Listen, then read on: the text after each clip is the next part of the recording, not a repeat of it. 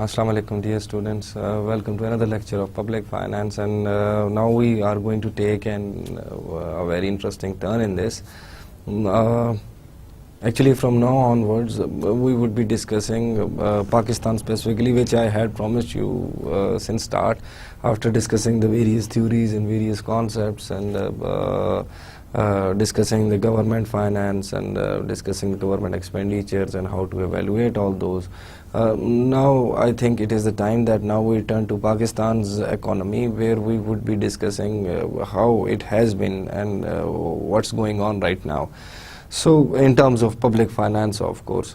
Now actually, in order to go through this, I would recommend you a very excellent book. Actually, what I'm going to do is that the discussion we are going to have from here onwards is basically, until I tell you that it's otherwise, it is basically chapters from a book by S. Akbar Saidi, and the book's name is Issues in Pakistan's Economy. The book is a very comprehensive, it is basically the second edition, published in 2005, and of course that is the reason that it has basically the statistics up to 2005 maximum. It cannot go beyond that. It is the second edition, no doubt, but of course the time is the limitation. So from there onwards we might need to go to economic surveys to discuss the current situation. Now it is a very comprehensive book written by S. Akbar Zaidi, and a very interesting read, I guess. Any student of economics or maybe even in masters in public administration, any student who needs to know about Pakistan needs to go through that book once. It would be very interesting, and it takes you along with how whatever happened and what has happened over like last 67 years, but up to 2005 at least. Now the main debate that this book starts from is very interesting actually. It says that when you see the performance of a country, how do you compare it, how do you analyze it, how do you look at it? One way would be to study the country, its GDP, and say that okay, this is where it was then and this is where it is now across the time. So one way would be that to study the country's economy's performance. Now based on that, there are certain issues, because across the time, historically there have been developments in terms of the definition of development itself, the economic development.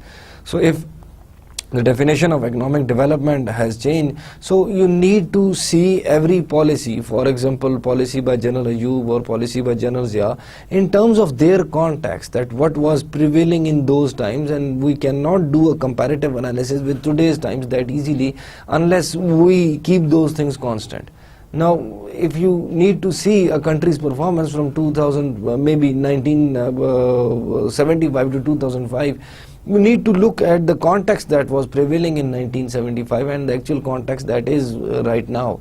So it would be very difficult to just compare a country's performance across time and see the effects of various policies across time, unless you, for example, in Ayub's era, during those time periods, the definition of economic growth was basically growth in GDP per capita.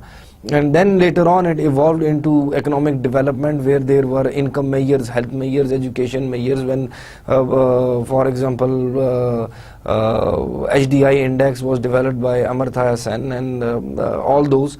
So during time period before Ayub's era and maybe most of Ayub's era, now their definition of development was directed development, focused on certain people who could, I would explain that, who could provide the growth opportunities for the country.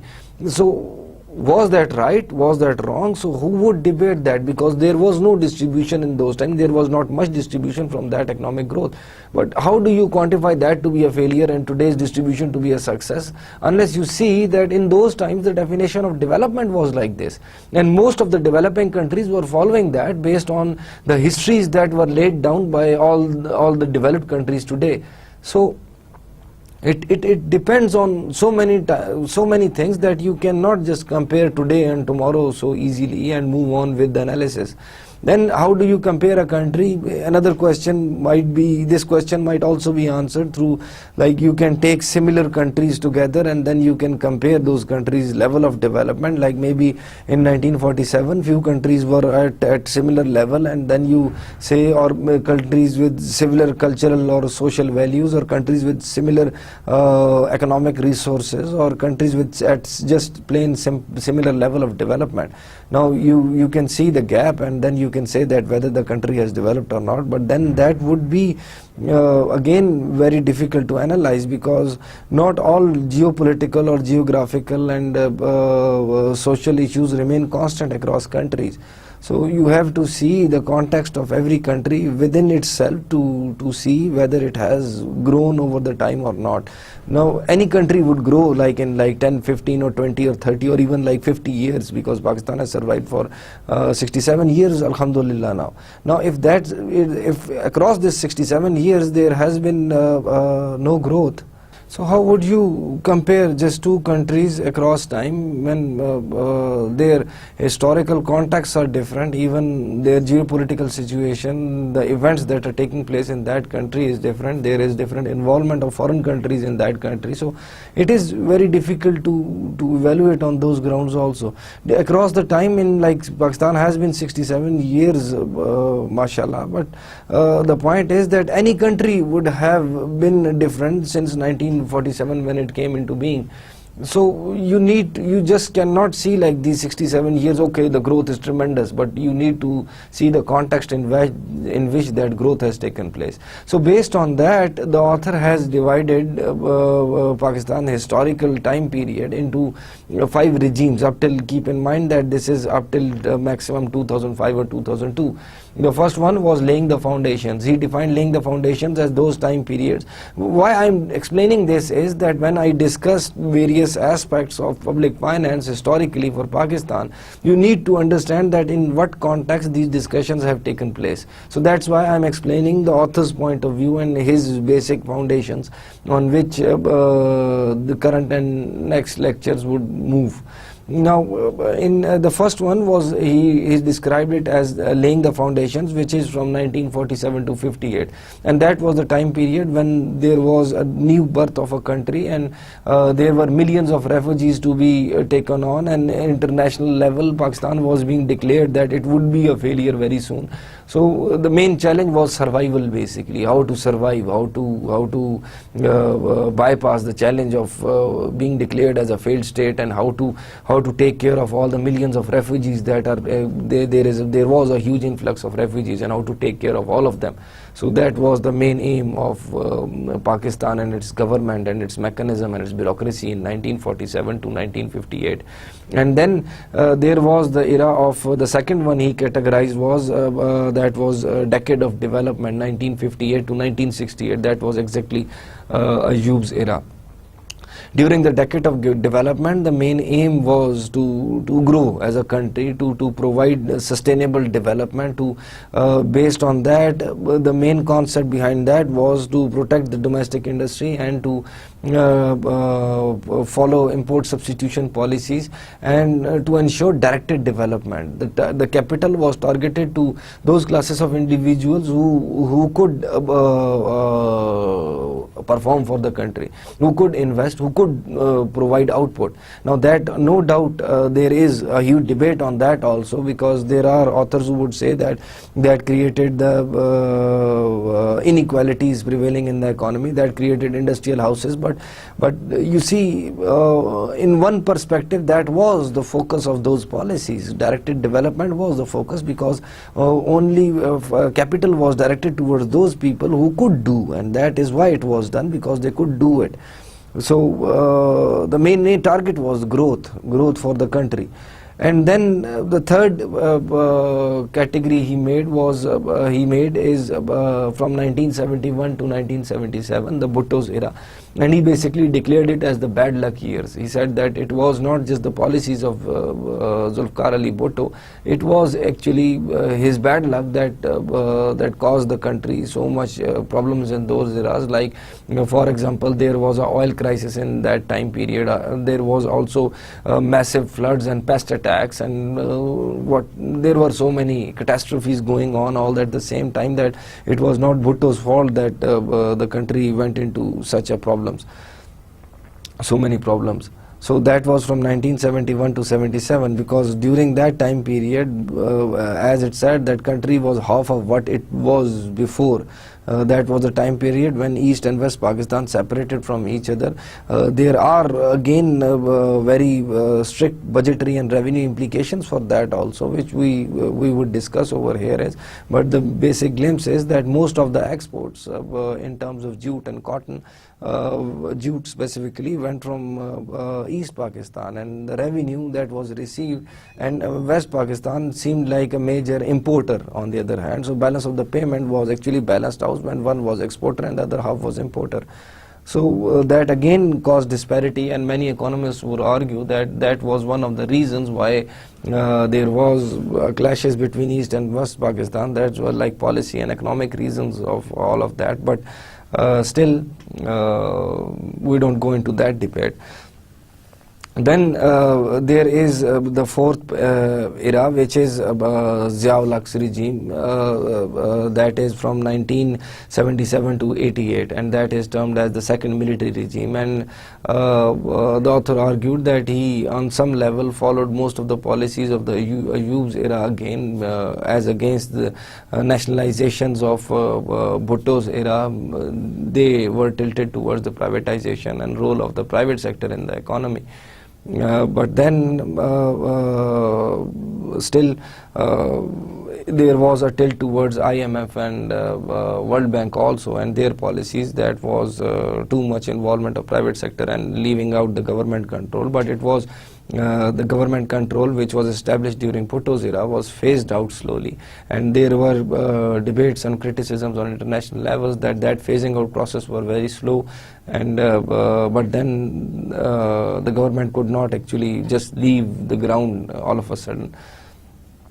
The last one was the era of structural adjustment programs, 1988 onwards, which we would discuss today in terms of public, today or in this area also, specifically in terms of the role of IMF and World Bank in Pakistan's economy, and their focus towards, for example, privatization and least role of the government in the economy, where it originates from, and their view of the deficits, government deficits, and all that. So why I narrated all this in the start before moving on, because I want you guys to understand that the discussion that we would have from now onwards up till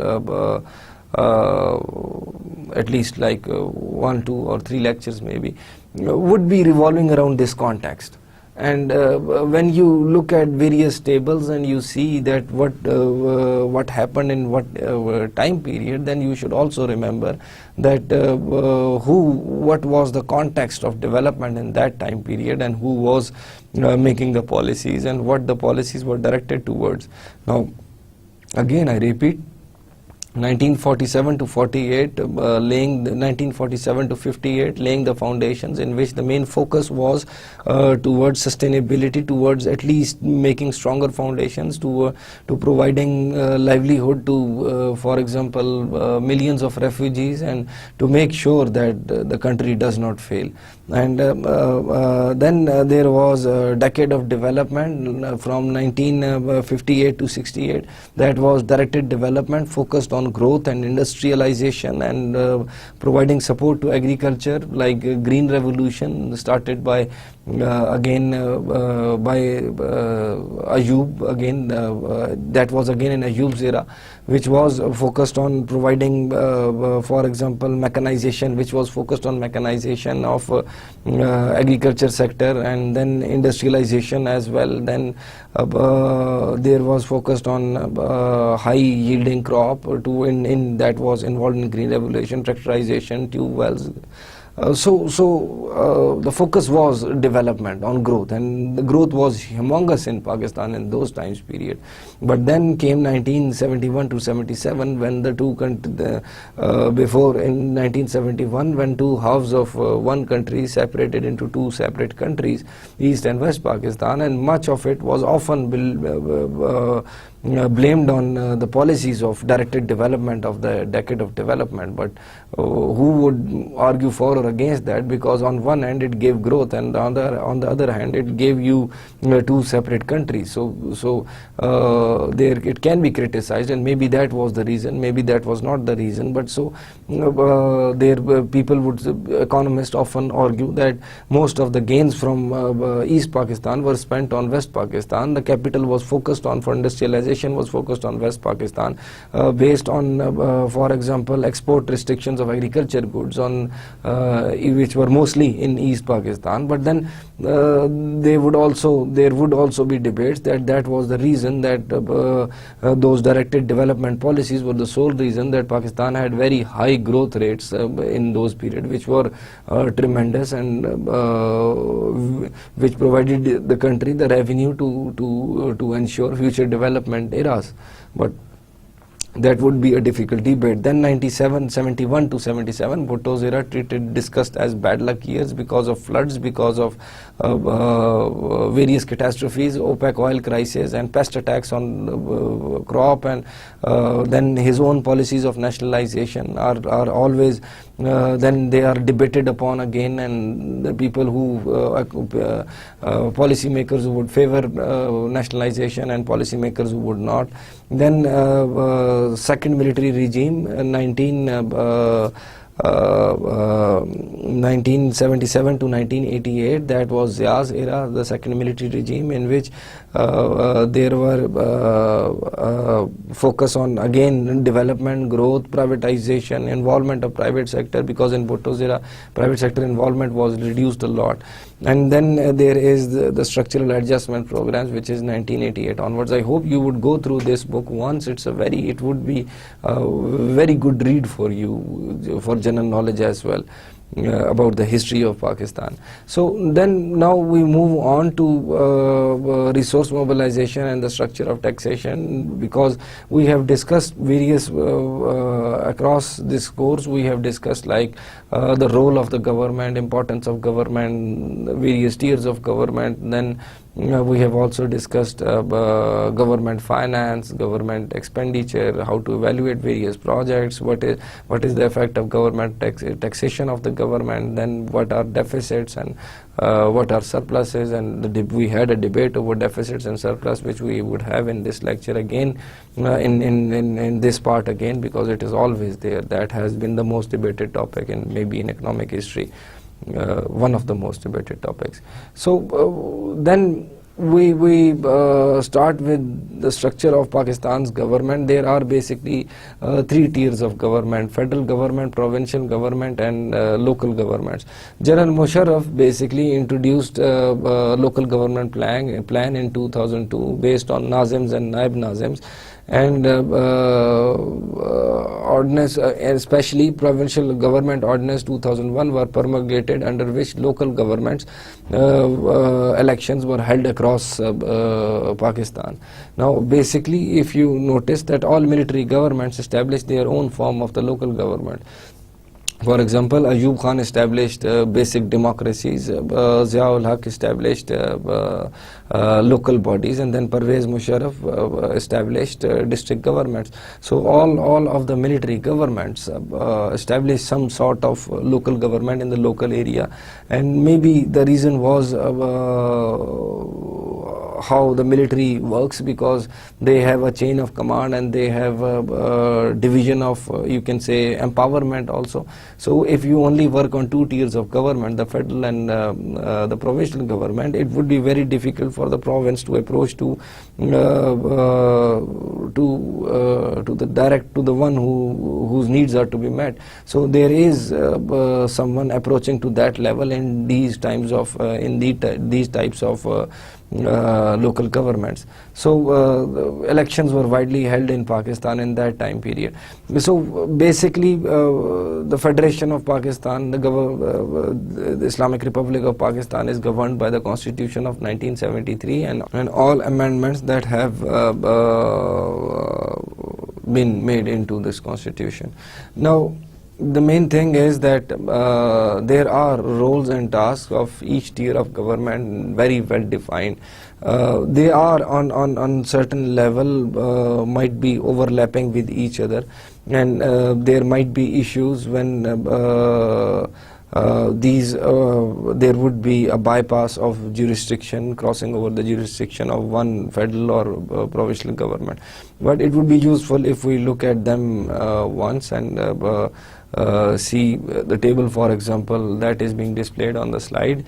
On the left side of the column, there is legislative responsibility, whether the responsibility lies with the federal government, federal or provincial government.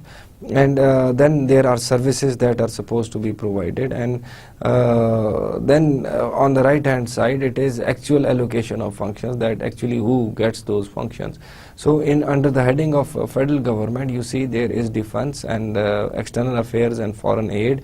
There is post, telegraph, telephone, radio and television services. Then it is currency and foreign exchange. There is institutions of research, nuclear energy, parts and aerodromes, shipping, air service, railways, national highways, stock exchanges, geographical and meteorological surveys, census, mineral oil and gas explorations, and of course production and industries.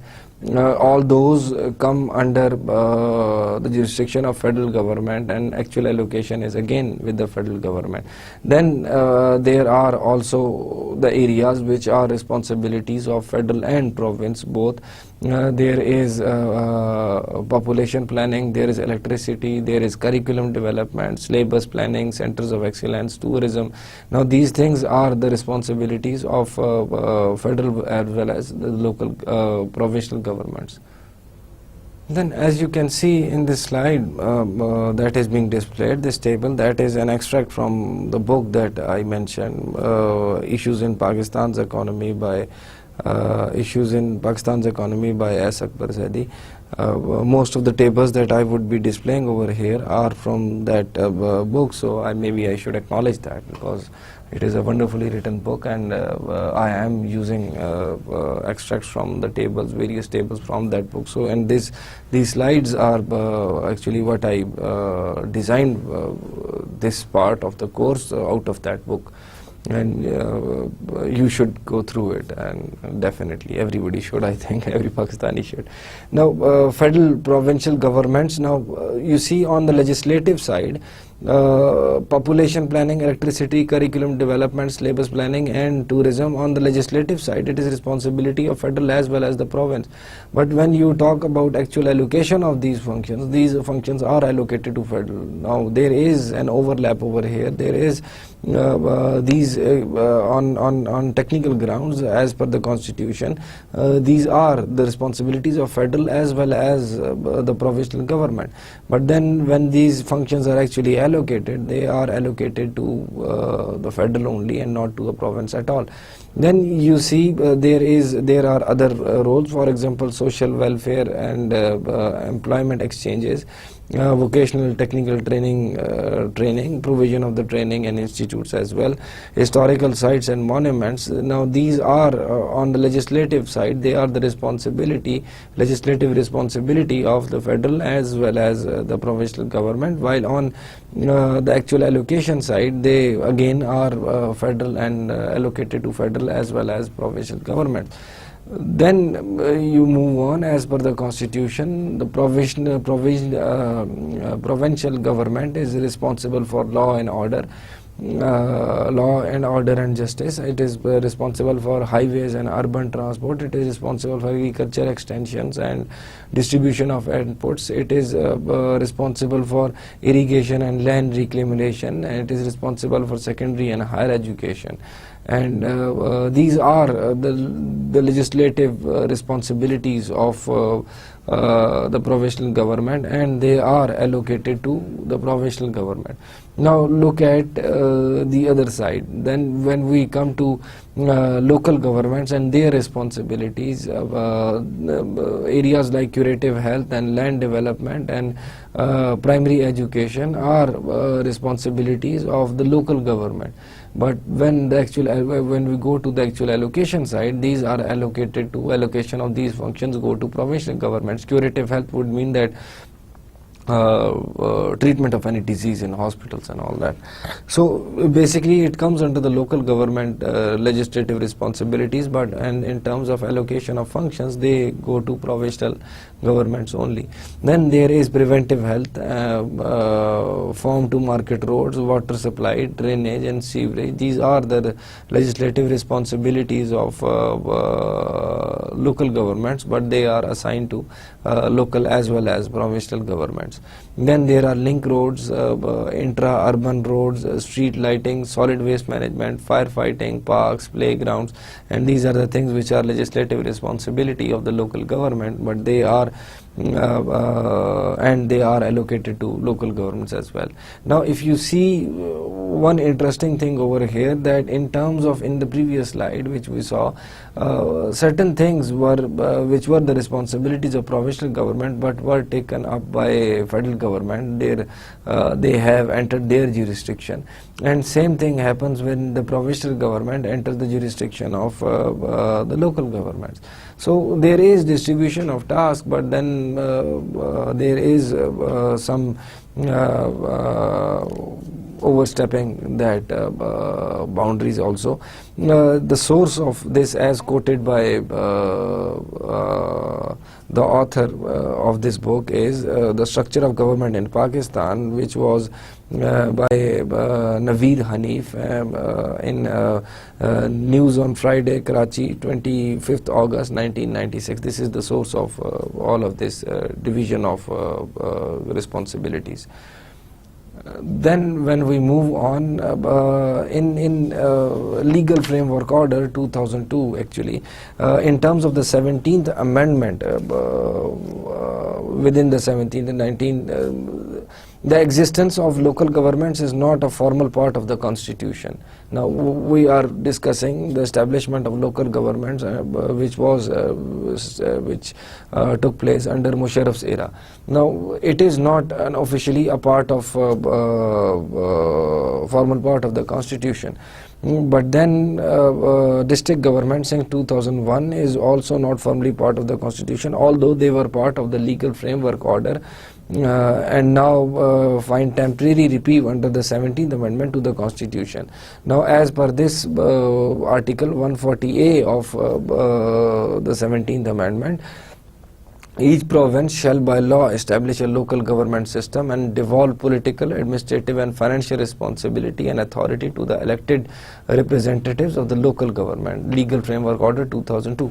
Now this is very interesting, because by law, as I said, that it does not find, local governments do not find any position in the constitution directly, but indirectly through legal framework order and through 17th amendment they find a temporary position in the constitution, and each province shall by law establish a local government. They should establish that and devolve political, administrative and financial powers to those the elected elected representatives of the local government. Now this is very interesting because whenever a province establishes local governments, then if they give out all the administrative and financial power to them, then what that would be in fact, in terms of just sheer human demand for maximization of power and maximization of control, that would be that would come in under conflict, because if local governments are established and they are given full administrative and financial powers, then things would leave the hands of provincial governments, and this is exactly what happens. That is why there is always a matter of jurisdiction between local governments and provincial governments and federal government, the all three tiers of the government. As we have seen in the previous slide, the responsibilities of the local government and provincial government and federal government, you see, taking up all those functions and tasks, and if you need to fulfill those objectives in an efficient manner, there is requirement of delegation of power, and there is requirement of authority in the hands of local government or in the hands of provincial government when you are comparing provincial with federal. So there is, because they might, you can say that federal might give certain responsibilities to provinces, but to fulfill certain objectives, but they do not give the all authority and power to take up that. And then the same thing between provincial and the third tier of the government, which is local governments. So the debate is why this, as long as this system survives like this, then it would be very difficult to make it an efficient system, because as long as the federal is intervening in the jurisdiction of province and provinces are intervening in the jurisdictions of local governments and do not assign complete authority and power to each other, then it would be very difficult for any sort of system to work efficiently. Now, as we need to see, in terms of 1973 Constitution, it outlines the taxes and duties that federal government can collect based on the federal legislative list, and these are basically mentioned in, you can see them in the table. Now, direct and indirect taxes at different tiers of the government. The first one is federal government. Federal government, in terms of direct taxes, it can collect income tax, corporate tax, wealth tax and property tax, and in terms of indirect taxes, it can collect sales tax, excise tax, import duties, excise duty, export duty, gas, petroleum and surcharge, and foreign travel tax. While in terms of provincial governments, provincial government can collect RAM revenue, urban immovable property tax, tax on transfer of property, agriculture income tax, capital gain tax, tax on professions, trades and callings. And in terms of indirect taxes, it can collect the stamp duty, it can collect motor vehicle tax, it can collect entertainment tax, it can collect excise duty, cotton fee and electricity duty. Now, do you see a special thing inside all of these? Most of the revenue generating sort of taxes are actually in the hands of the federal government when compared with the provincial government, and you would see this very interesting sort of demarcation when we compare provincial with local governments. You would see, we would discuss that later on. Now, almost all the major taxes with real revenue potential according to 1973 Constitution are with the federal government, while smaller taxes which are for example unlikely to generate sufficient revenue are with local governments, which we would discuss later, and then there are certain in between which are with the provincial governments. Now, you see, when the tax, how the budget is allocated, that is what we are going to discuss later, but the point is that the revenue that they collect, local government can only spend the revenue they have collected.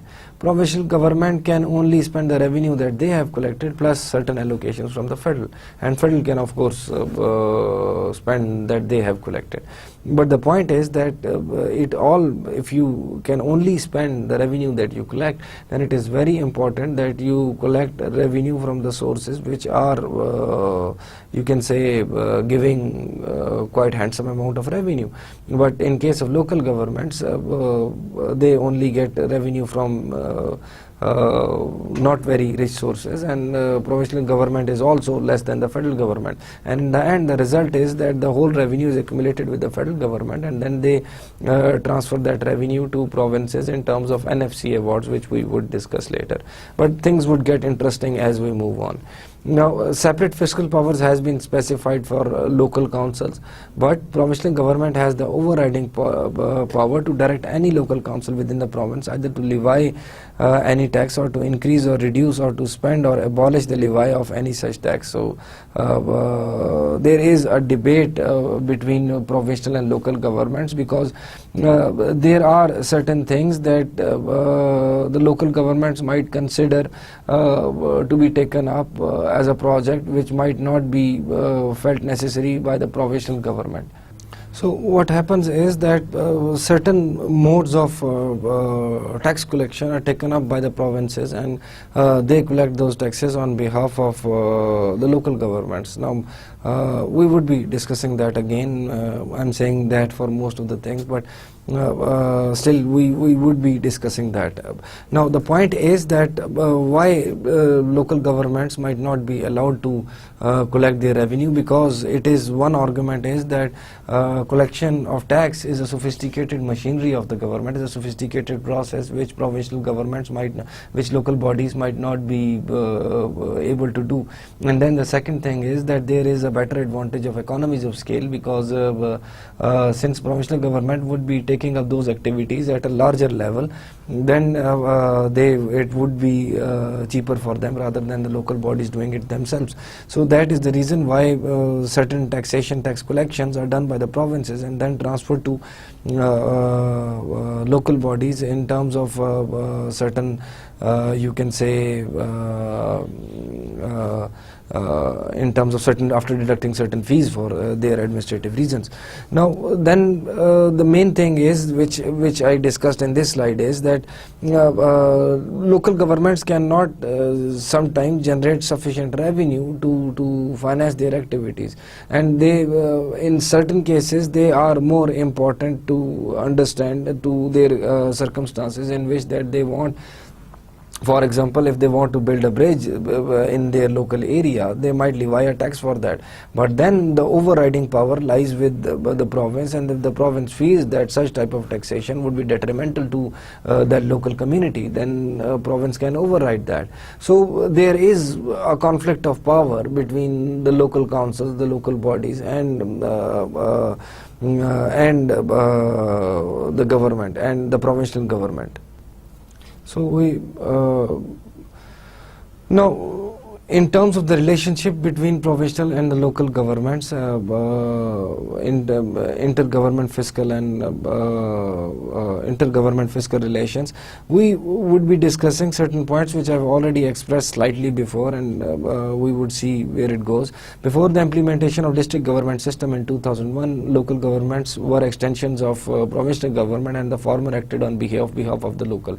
Basically, the main head was the provincial government, and local governments were just extensions of the provincial governments. So before that was before a district government system in 2001.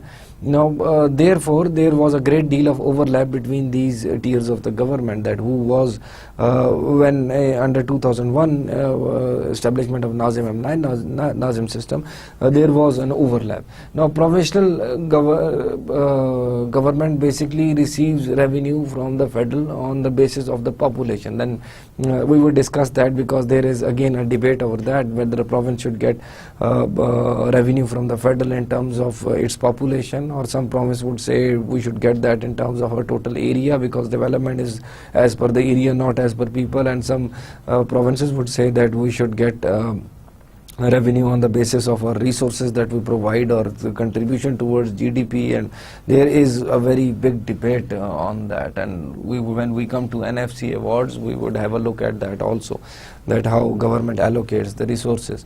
Now provincial government basically receives revenue on the basis of for example the population size, while so in that case even if they might get more than what they collect, so but on the other hand the local government only gets what it collects. So this sort of tendency of provincial government to ride on the back of local government is a unique feature of public finance structure of Pakistan, because if we look at the types of taxes that the local government would collect when we discuss the local and federal government, local and provincial government, those taxes are not very lucrative.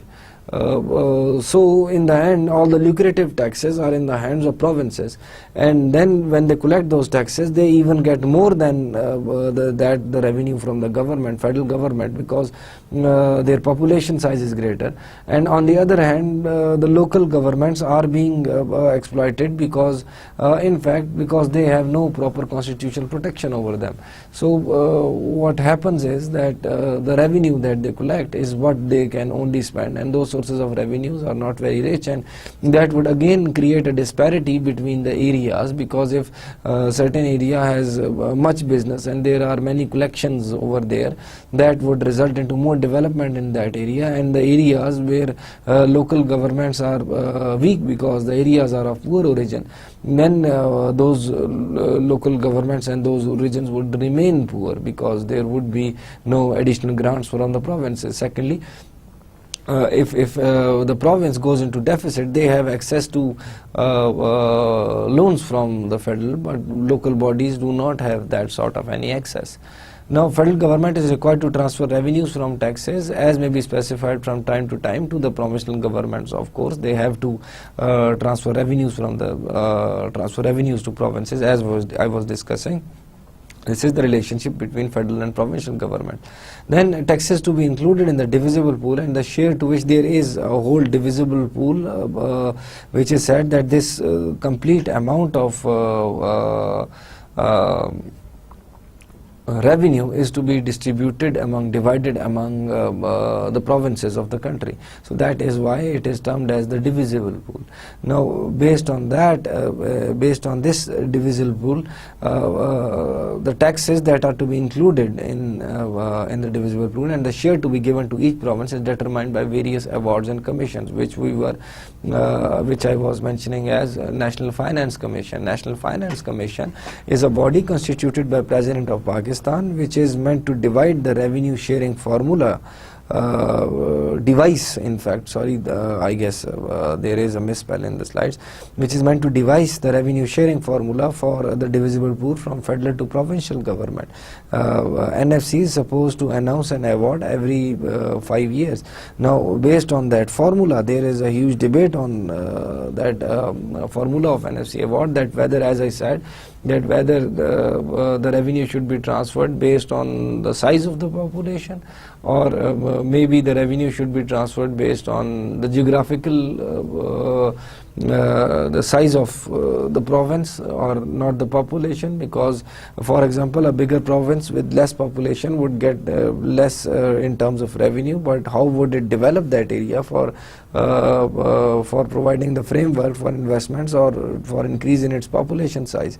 Then there is that a province should be given award for its the resources that it generates. Then for example there is a debate on that also, which we will be discussing later, because in that case, if for example a natural resource comes out from one province, the other province would say that then for example we are the agriculture province and then we produce agriculture which is as important as that natural resource that coming out of that, so there should be taxes on them and revenue should be collected and given allotted to us. So there are how they settle these issues. Now on the screen right now you can see revenue sharing arrangements under various NFC awards. The last one is not included in it, which I would discuss later, separate from this portion of the lectures, if we have enough time and if we have enough lectures to spare. Now, the first award was Reisman 1951, then there was NFC award in 1961 and 62, then in 1964, then in 1970, then in 1974, then in 1990, and then in 1997. Now, if you see, then the first, how the revenue is shared, for example, and what sort of taxes are to be allocated in the pool. So across the time, if you see that, for example, certain things have been added and eliminated out of one NFC award and not from the other. For example, in from the very start, sugar, the excise duty on sugar was not added in any NFC award except for 1990, and then it was taken out again. And for example, in 1974, there was any excise duty on tea, tobacco, sugar, betel nut was eliminated from any NFC award. And income tax, its contribution has increased from 50% to 80%. That means that 80% of the income tax revenue would be included in the divisible pool. Now, that is an important contribution towards NFC for divisible pool, but then in 1977 it was reduced to 37.5. In fact, in 1997, 37.5 was allocated to most of the categories of various types of revenues. Then you can see increase in all of the excise duties or export duties from 50 to around 80% in most of the cases across the time. Then in certain cases in 1961 to 62, export duties from cotton, import duties, estate succession duties, and capital value tax on immovable has been completely included in NFC award 1961 to 62. Now, divisible pools as a percentage of federal tax revenue, in the start it was 12.8%. Then I am talking about the the last row. If you look at it, that would mean that the total divisible pool that was accumulated in that time period, what percentage of it was of the total tax revenue collected by the federal government. So it is again very interesting that that has also increased over the time, and the total revenue collected by the federal government, 37% of it was transferred to provinces in terms of NFC award 1997. One interesting thing about NFC awards is that members of all the provinces, their chief ministers and finance ministers, settle down and in a meeting, and that award won't be accepted until each and every individual accepts the distribution of the divisible pool. Even if one member says veto, the debate would continue. It won't stop until each and every member of the award would say, would agree to that type of distribution. And then even the chairman or the, for example, the federal finance minister heading the NFC award, or whoever is nominated by the president, I guess mostly it is federal finance minister, would be basically trying to bring a common ground for all the provinces so that it is agreed upon. Otherwise it won't be accepted from unless it is agreed upon by all the provinces.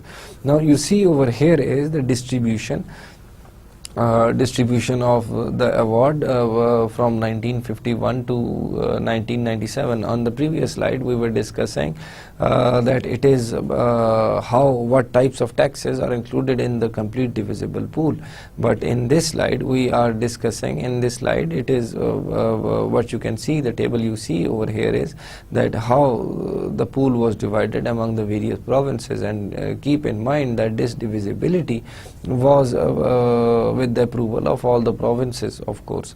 Now you see from on the top row you can see from 1951 to 1997, and on the left side are the three provinces, Punjab, Sindh and WFP, but now KPK and Balochistan.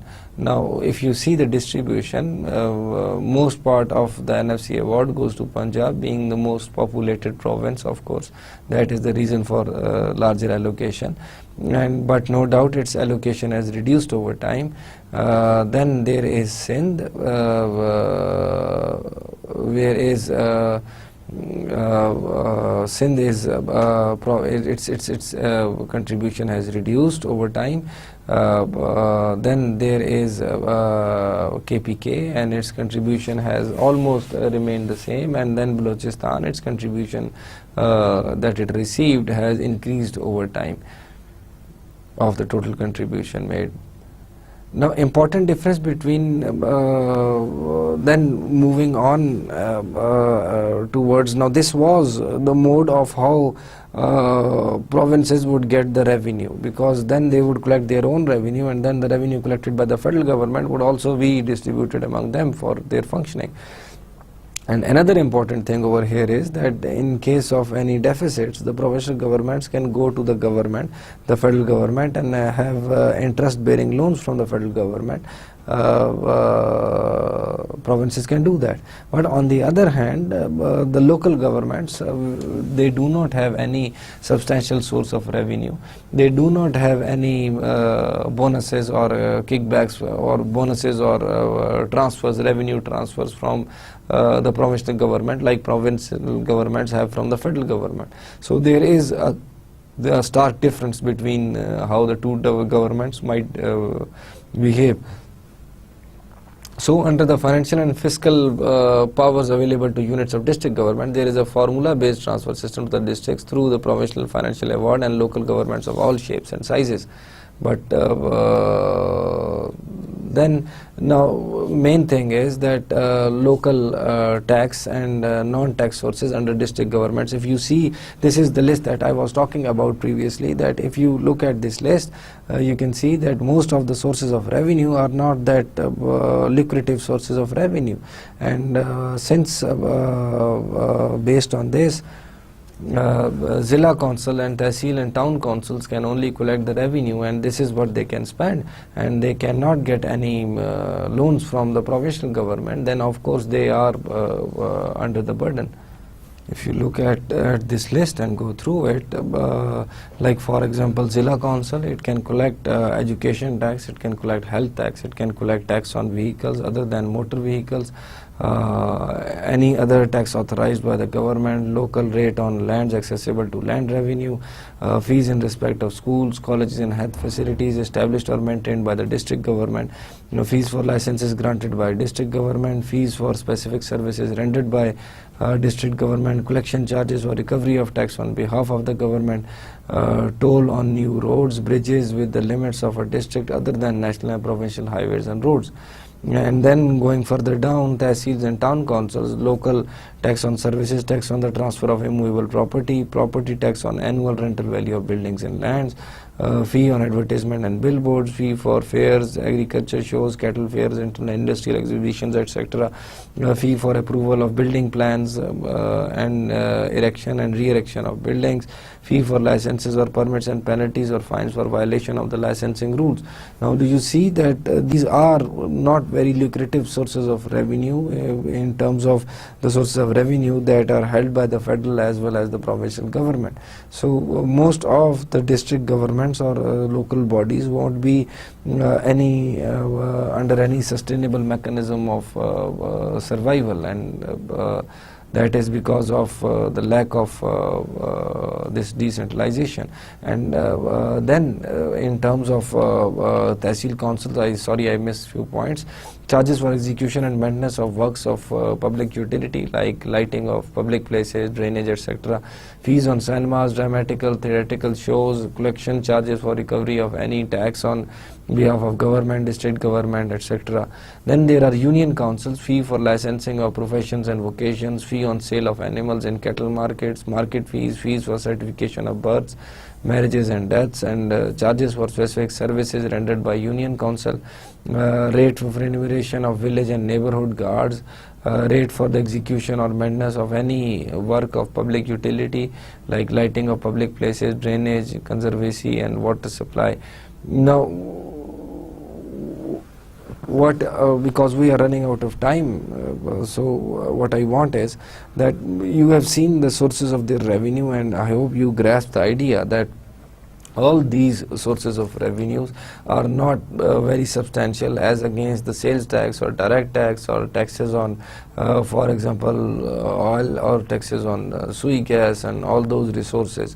So if these are not those huge amounts, just look at the responsibilities that they have in terms of district tehsils and union councils. Now, education, primary, secondary education and literacy is the responsibility of the district. Dispensaries and local hospitals is the responsibility of district, and all the district roads is the responsibility of districts. Now, this doesn't end here. If you move on, local roads and streets are responsibility of tehsil. Water supply systems is responsibility of tehsil. Sewers and sanitation, fire services and parks and playgrounds is responsibility of a tehsil. Slaughterhouses and fairs is responsibility of a tehsil. Fairs, cultural events, street lighting and signal is the responsibility of a tehsil. Now, then we move on. Local streets are responsibility of union council, wells and ponds, as well as parks and playgrounds, cattle pounds, libraries, street lighting, register births and deaths. These are the responsibilities of union council. Now, if you look at this, then based on the sources of revenue, the responsibilities are huge, and in order to perform them effectively, they need a substantial source of revenue. But on the other hand, the sources of revenue are mostly in the hand of the provincial and federal government. No, I guess before I end this lecture over here, because this topic is so huge that it would be very difficult to gather it in one single lecture or just a set of lectures, because economics of Pakistan is a huge debate, and you need to take along the historical context, you need to take along the comparisons that are among the years, and you need to consider the developments on international and local level, that why the 2 years might be different from each other and what happened in those years. Like we saw the NFC awards, like in the time period of 1974, the bad luck years, the awards were very, very less. I would show them again to you. And on the other hand, we see that the establishment of local governments, but they are not, and they were mostly established by, in terms of basic democracy, in terms of local governments, by President Ayub, President Zia and President Musharraf. Now all these were like military presidents. The point is that all the military governments established, you can say, try to ensure decentralization, but on the other hand, they are not protected by the constitutions other than the LFO, as I said before, legal framework order, which is the part of 17th Amendment, but they do not enter the constitution directly, so their rights are not protected in a way that they should be. So there is, you can say, exploitation of local governments by the provincial governments, and you can say they cross the boundaries and enter their jurisdiction very often, and they are not given with any lucrative opportunities. And then on the other hand, they are the ones who are in direct contact with the citizens who is in need of something. Maybe it is like a better sewerage facility, or better water for better drinking water, or for example street lights and parks and dispensaries, and all these things are in responsibilities of the local bodies, local governments. But then when you go to those local governments, they are only responsible for the revenue from that small meager sources. On the other hand, their responsibilities are very big. So the idea of decentralization is very true and very right, that such local bodies, for example the elections of Nazims and Naib Nazim, the main concept was that I would go and select the representative of my area who is supposed to take care of my issues in that area, because he would be the person who would be living living over there, and he would better understand the problems prevailing in that area. So, instead of electing or trying to talk to somebody who's been selected from maybe some other city altogether. So the main aim of local bodies or local governments by any of these presidents was to ensure empowerment and to provide the services to the user directly. But that actually then there is a conflict between federal and provincial, and that conflict again prevails between provincial and local bodies, because if they empower the local governments that much, then what would be their for example sources of revenue, or what would be their responsibilities, and they would be leaving out power in the hands of those local bodies, and those local bodies can disrupt the overall political equilibrium. In any case, let me summarize where we started, and then we'll call it a day, and I'll see you in the next lecture. I started with introducing this book that I'm taking up for from now we are going to the perspective of Pakistan in from this lecture onwards. So I introduced a book which is Issues in Pakistan's Economy by S. Akbar Zaidi, 2005, which is second edition. Now that this book is written in the historical context and conducting the analysis of Pakistan's economy from various perspectives. It has chapters on agriculture, chapters on industrialization, chapters on for example public finance and social indicators, and for example structural adjustment programs. So it covers mostly all the aspects of Pakistan's economy, and gives a very dynamic overview from both the types of arguments from economic perspective. So during this lecture I started with introducing that book, and said that there are why I introduced that book was and why I started discussion with dividing it into 5 eras as the author has done, because the reason was that the lectures that we are going to discuss might give a hint of those 5 eras in which the author has divided the Pakistan's history into, in terms of economic history. First was laying the foundations in 1947 to 1958, then the first military you can say the decade of development, Ayub's era, that was 1958 to 1968, then Bhutto's era 1971 to 77, then Zia's era 1977 to 88, and then the era of structural adjustment programs 1988 onwards. Although there might be for example another era of President Musharraf's presidency, but the author wrote the book up to 2005, so it would be very difficult, he said that it would be very difficult to identify that as a whole separate era of Pakistan's history. Then we discussed that all of the military governments established their own sort of type of local government. Ayub Khan established basic democracies, Ziaul Haq established local bodies, and Pervez Musharraf established the district governments. And in terms of Pakistan's constitution, there are legislative responsibilities of federal government and provincial governments, and there are actual allocations of functions. All the macro sort of activities, services like defense, external affairs, postal surveys, nuclear energy, etc., geographical and meteorological surveys, population planning, electricity, curriculum development, syllabus planning, all those fall under the federal.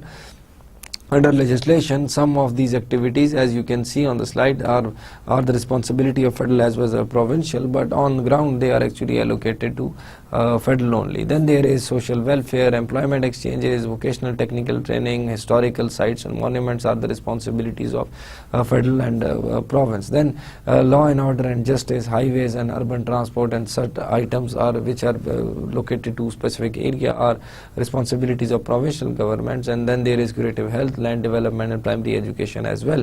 But then comes the local governments. In this case again, as like federal government climbed into jurisdiction of local government in terms of actual allocations, the federal government walks into the jurisdiction of local government in this case also, as you can see on the screen. Now, we said that under 17th Amendment, which is in which Legal Framework Order 2002 is a part of it, so each province shall by law establish a local government and devolve political, administrative and financial responsibility and authority to the elected representative of the local government. And only in this sort of a statement through Legal Framework Order it has found a part in the Constitution through the 17th Amendment. But local bodies are not actually registered in the Constitution directly. Now, in 1973 Constitution outlines the taxes and duties that are collected by provinces and the federal and provinces and the federal. So most of the lucrative taxes and sources are basically with the federal, and then the less lucrative ones are with the provinces, and then as we saw later on, we will see later on, even the lesser ones are with the local governments. Then there was discussion of provincial and federal, because how the system is implemented, and basically the debate was that most of the sources of revenues in terms of provincial government, the federal government collects the revenue and then allocates certain sources of revenue to the divisible pool, or some part of the total source of revenue to the divisible pool, and then allocate that revenue to the provinces through NFC awards. And on the other hand, provinces also collect their own part of the revenue, while on the other side the local bodies only collect revenues, only can spend the revenues that they have been collecting, and not more than that. And mostly there might be allocations by the provinces, but those are not usually in terms of allocation, those are direct intervention by the provinces. And most of the revenue generation is done by the provinces on behalf of district government. They do not authorize them for that also, because in certain arguments they might be right that tax collection is a sophisticated process, and which might not, local governments might not be capable for that. And on the other hand, and also the provincial governments actually conduct on a larger scale, so there is a cost advantage, because larger scale reduces the cost. Then in this case we saw the NFC awards across from 1951 to 1997, and this table showed the distribution of various percentage of various types of revenue that are allocated to the divisible pool. Now this National Finance Commission further divides the divisible pool to all the provinces, and the mode is such that all the provinces have to agree on a given distribution for the whole NFC award to be approved. The important difference, another important difference between federal and provincial governments, between provincial and local government, is that the provincial government have access to interest bearing loans with the federal government, and local governments do not have any such access. And secondly, under the main thing is that the local governments are actually not a part of constitution in that sense, so maybe that is the why they are being exploited. And if you look at this, this is the distribution of various sources of revenues with the local governments, district government, tehsil and town councils and union councils. These distribution of revenues, you see that there is no one single major source of revenue for the district through which, or for tehsil or for union council, through which it can take up such huge responsibilities as these ones. Now these are the responsibilities of district, tehsil and union councils, and we highlighted over here is what we highlighted over here is that it is very interesting that their sources of revenue is not much, but then their responsibilities are much higher, much greater in terms of expenditure, the type of expenditure. Hope to see you in the next lecture. Hope this is getting interesting for you in terms of that we are discussing Pakistan now, in terms of in terms of the public finance. See you soon. Take care.